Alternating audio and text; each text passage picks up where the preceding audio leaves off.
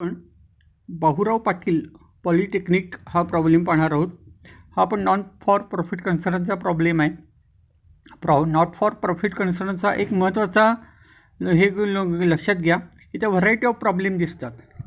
Final अकाउंटला ठराविक type of problem असतात, परंतु यामध्ये व्हरायटी ऑफ प्रॉब्लेम आपल्याला आढळतात. एक प्रॉब्लेम दुसऱ्याशी साम्य असतोच असं नाही. प्रत्येक प्रॉब्लेमला आपल्याला वेगळ्या पद्धतीनं विचार करावा लागू शकतो. ठीक आहे. यामध्ये रिसीट आणि पेमेंट बाजू दिलेत. रिसीट साईडला ओपनिंग कॅश आहे. रिसीट साईडला ओपनिंग कॅश आहे 12,000. त्यानंतर बँक आहे 2 लाख. इंटरेस्ट आहे 60,000. डोनेशन आहे 7 लाख. ट्युशन फी आहे 15 लाख. ॲडमिशन फी आहे 65,000. टर्न फी आहे 4 लाख. ड्रामा रिसीट आहे 1 lakh. Rent for use of hall आहे 6,000. लिगॅसी आहे 60,000. त्यानंतर पेमेंट साईडला by salary 15 lakh. By salary office staff 8,55,000. त्यानंतर printing and stationery 27,000. Books 88,000. Furniture 78,000. Drama expenses 90,000. Postage 7,000. Telephone charges 6,000. Electricity 61,000. Magazine and newspaper 6,000. Balance carry down कॅशचा आहे 62,000 आणि 3,23,000 बँकेचा. ठीक आहे. ॲडजस्टमेंट दिलेत बघा. पर्टिक्युलर 1/4/18चा बॅलन्स, 31/3/19चा बॅलन्स. हा ओपनिंग बॅलन्स आहे, हा क्लोजिंग बॅलन्स आहे. कशाचा दिला आहे? पुस्तकाचा बॅलन्स आहे. ओपनिंग 9 लाख, क्लोजिंग आहे 8,88,000. फर्निचरचा 3,26,000, क्लोजिंग आहे 3 लाख. बिल्डिंगचा 8,27,000, क्लोजिंग काही दिलेला नाही. बिल्डिंग फंडचा 8,27,000, क्लोजिंग काही दिलेलं नाही. कॅपिटलचा 6,11,000, क्लोजिंग काही दिलेला नाही. 60% donation are for building fund. हे जे डोनेशन आहेत, एकूण डेबिटला दिलेले डोनेशन 7 लाख रुपये, हे 7 लाख रुपये डेबिटचे डोनेशन आहेत. हे काय आहेत? हे त्यातले 60% हे बिल्डिंग फंडसाठी आहेत. म्हणजे बिल्डिंग फंडमध्ये ॲड करावं लागणार, म्हणून बिल्डिंग फंडला मार्किंग करून घेतलं बघा. म्हणून बिल्डिंग फंडला मार्किंग करून घेतलं. तसं आउटस्टँडिंग ऑफिस स्टाफ सॅलरी 70,000, म्हणून इथं जे 8,55,000 रुपये आहेत स्टाफ सॅलरी, त्यालाही मार्किंग करून घेतलं. तसं पुस्तकं नव्यानं खरेदी केले आहेत, फर्निचर नव्यानं खरेदी केलं आहे. म्हणून पुस्तकांसाठी आणि फर्निचरसाठी ॲडजस्टमेंटमधल्या बुक्सला 9 लाखाला एक मार्किंग केलं. 3 लाख फर्निचर, 3,26,000ला एक मार्किंग केलं. ठीक आहे. असे 2 मार्किंग केलेले आहेत. आणि दुसरं मार्किंग का केलं तर हे क्लोजिंग बॅलन्स पण दिलं आहे. 8,88,000 आणि 3 लाख हा क्लोजिंग बॅलन्स पण दिला आहे. तेव्हा अजून एक मार्किंग करून घेतलं. आता आपण प्रॉब्लेम सोडवायला चालू करू. सगळ्यात प्रथम इन्कम साईड ट्रान्सफर करूया. Income side receipt side transfer करूया. रिसीटला सांगितलं आहे टू कॅश आणि बँक. हा ओपनिंग बॅलन्स आहे, तो घ्यायचा नाही. त्यानंतर इंटरेस्ट 6 लाख, इंटरेस्ट 60,000 इनरला लिहिलं. इंटरेस्ट 60,000 इनरला लिहिलं. त्यानंतर डोनेशन 7 लाख रुपये इनरला लिहिलं का मार्किंग केलेलं आहे. त्यानंतर ट्युशन फी 15 लाख आउटरला. त्यानंतर ॲडमिशन फी 65,000 आउटरला. त्यानंतर टर्म फी 4 लाख आउटरला. त्यानंतर ड्रामा रिसीट 1 लाख रुपये आउटरला. त्यानंतर बाय रेंट फ्रॉम हॉल 6,000 आउटरला. त्यानंतर लिगॅसी 60,000. त्याला मार्किंग का केलं? त्यांनी ते कॅपिटल फंडमध्ये ॲड करा सांगितलं आहे. म्हणून त्याला मार्किंग करून घेतलं. Less okay. त्यानंतर पेमेंट साईड ट्रान्सफर करून घेतली. Salary to staff 15 lakh. त्यानंतर माझं थोडं चुकलं होतं म्हणून मी खाली लिहिलं आहे.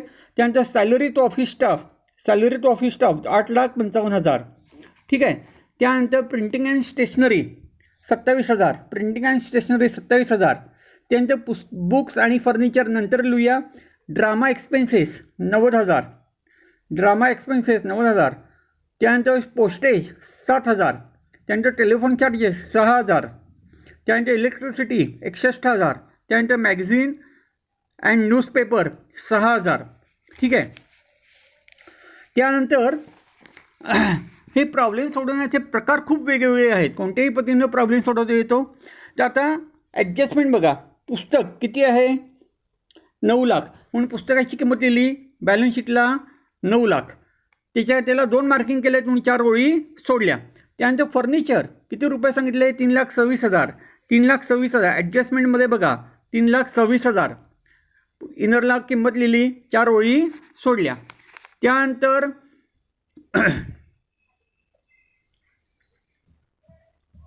बिल्डिंग त्यानंतर चुकून मी बिल्डिंग फंड असेटला लिहिलं, असेटला नाही लिहायचं. त्यानंतर बिल्डिंग फंड 8,27,000 इनरला लिहिले. त्यानंतर कॅपिटल फंड 6,11,000 इनरला लिहिले. ठीक आहे. त्याला पण 2-3 मार्किंग करावी लागणार आहेत, कारण काय कॅपिटलाइज केलेलं आहे. ओके. आता ॲडजस्टमेंट बघा. ॲडजस्टमेंट काय सोडायचे आहेत? तर आधी पेमेंट साईडला त्यांनी पुस्तकं नव्याने खरेदी केलेत 88,000ची.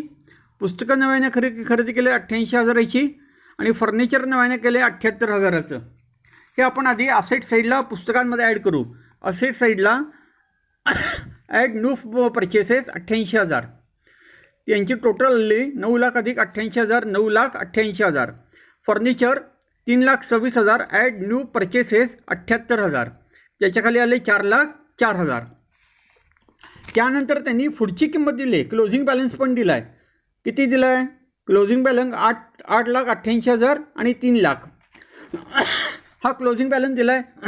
पुस्तकाचा 8,88,000 क्लोजिंग बॅलन्स दिला आहे, तो मी आउटरला लिहिला. 9,88,000 मधनं काय वजा केले म्हणजे 8,88,000 मिळतील, तर 1 लाख रुपये वजा केले. म्हणून लेस डिप्रिसिएशन 1 लाख रुपये, 8,88,000. फर्निचरची किंमत त्यांनी 3 लाख रुपये दिले, 3 लाख रुपये लिहिली. लेस डिप्रिसिएशन 1,04,000. आउटरला 3 लाख.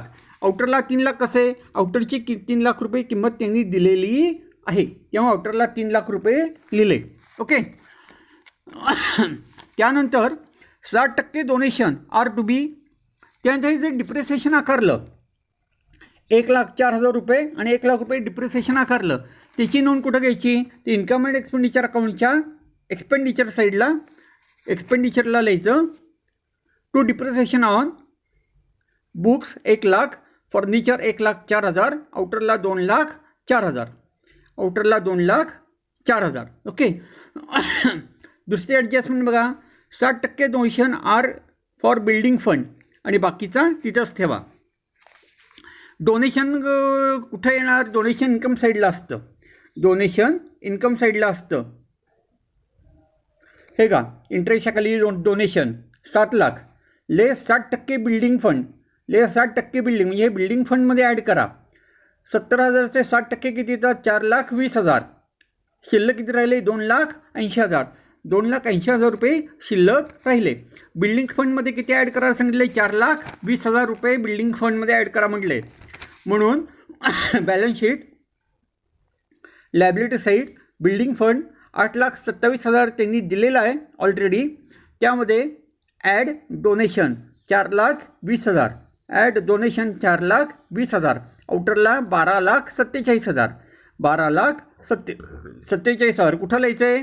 लायबिलिटी साईडला. ठीक आहे. पुढचा आहे आउटस्टँडिंग ऑफिस स्टाफ सॅलरी 70,000.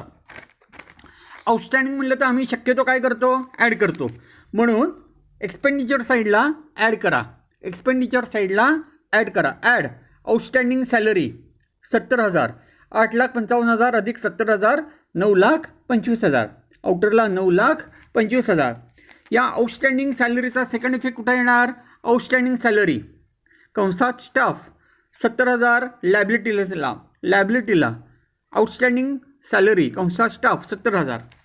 ठीक आहे. आता आपल्याला income and expenditure account tally करायचं आहे. यामध्ये एक्सपेंडिचरची बाजू मोठी येते. एक्सपेंडिचरची बाजू आली 28 लाख.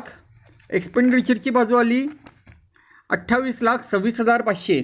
28,26,500. ही बाजू मोठी असल्यामुळे दोन्ही बाजूला तोच आकडा लिहून घेतला 28,26,500. 28,26,500.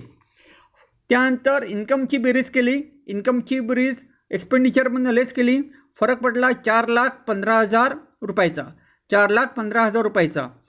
एक्सपेंडिचर मोठा आहे इन्कमपेक्षा, एक्सपेंडिचर मोठा आहे इन्कमपेक्षा, म्हणजे आपला लॉस झाला.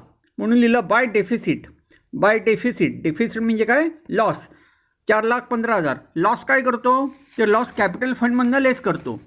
लॉस काय करतो? लॉस कॅपिटल फंडमधनं लेस करतो. म्हणून कॅपिटलमधनं ते लिगायची मिसळी 60,000 रुपये, 6,11,000 अधिक 60,000, 6,71,000 आले होते. लेस डेफिसिट 6,71,000 वजा 4,15,000, 2,56,000. आउटरला 2,56,000. आउटरला 2,56,000. लायबिलिटीची बेरीज केली 15,73,000. असेटची बेरीज केली 15,73,000. अशा प्रमाणे हा प्रॉब्लेम टेली होतो. रिसीट अँड पेमेंट किंवा नॉट फॉर प्रॉफिट कन्सर्नचा एक गोष्ट लक्षात ठेवा, याचे व्हरायटी ऑफ प्रॉब्लेम आहेत. प्रत्येक प्रॉब्लेम, पहिला प्रॉब्लेम दुसऱ्यापेक्षा वेगळा असतो, दुसरा प्रॉब्लेम तिसऱ्यापेक्षा वेगळा असतो. फायनल अकाउंटला कसं एखाद दुसरी ॲडजस्टमेंट वेगळी असते, थिंकिंग तसंच असतं.